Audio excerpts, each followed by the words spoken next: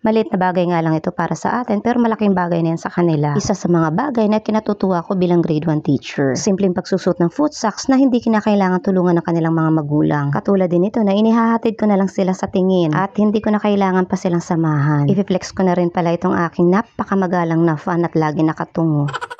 At ito namang aking vintage fan na hindi ko alam kung ilang taon na yan.